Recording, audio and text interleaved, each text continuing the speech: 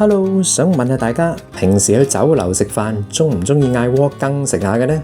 鍾意，但係一人得一碗仔，到喉唔到肺，料兩料就冇㗎喇噃。如果你係講求質素，但係又想食得滿足又慳皮嘅話呢，今日就不如跟我一齊嚟做呢一個休閒小生版本嘅粟米魚肚羹啦，包你食個翻尋味嘅。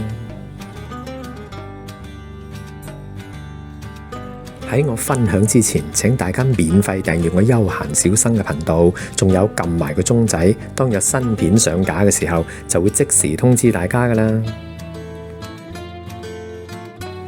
嗱，我呢度呢就預備咗大概有250克浸發咗嘅魚肚。至於處理方法同埋步驟，大家可以參考我浸發魚肚嘅視頻，裏邊就有詳細嘅講解噶啦。跟住就將啲魚肚切粒備用啦。我今次嘅粟米魚肚羹，除咗會加入雞湯之外，仲會加入適量嘅金華火腿，令到佢整體嘅鹹香味道更加豐富同埋有層次感。我自己就好鍾意啦，大家都不妨考慮下我呢個做法啦。跟住就將啲金華火腿切粒啦。咁就 OK， 可以備用㗎啦。再預備3隻嘅冬菇，浸發好之後，將佢切粒備用啦。啲冬菇水如果有剩嘅話，唔好倒咗佢啊，留返嚟煮羹更加正。然後再預備1隻雞蛋份量嘅蛋漿啦。到預備嘅生粉芡啦。嗱，做湯羹呢，勾芡呢個過程係好重要㗎。一個靚嘅勾芡會直接影響到湯羹出嚟嘅口感同埋賣相，同埋呢個過程如果可以一氣呵成做晒嘅話呢，就係最理想嘅。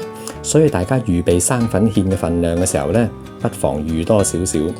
我今次就會預大概2.5湯匙嘅生粉，再加入相同份量嘅清水，咁就 OK 㗎啦。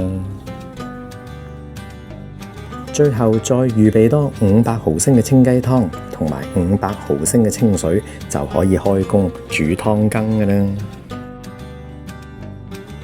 加入1罐嘅粟米蓉，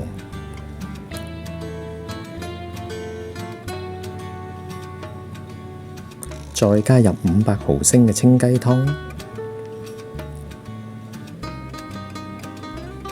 同埋500毫升嘅清水。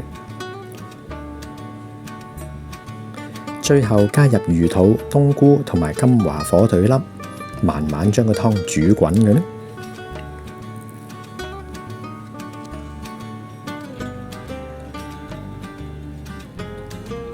滾咗之後，蓋上鍋蓋，轉中火煮3分鐘。提一提大家喺勾芡之前記得要再次攪勻個生粉芡啊！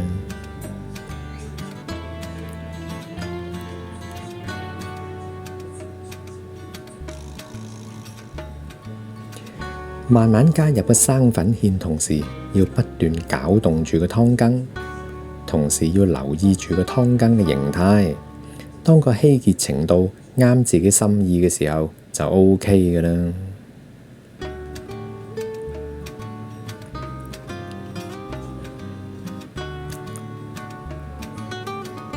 OK， 熄火，慢慢加入蛋漿。喺加入咗蛋漿之後，唔好喐佢住，等1分鐘。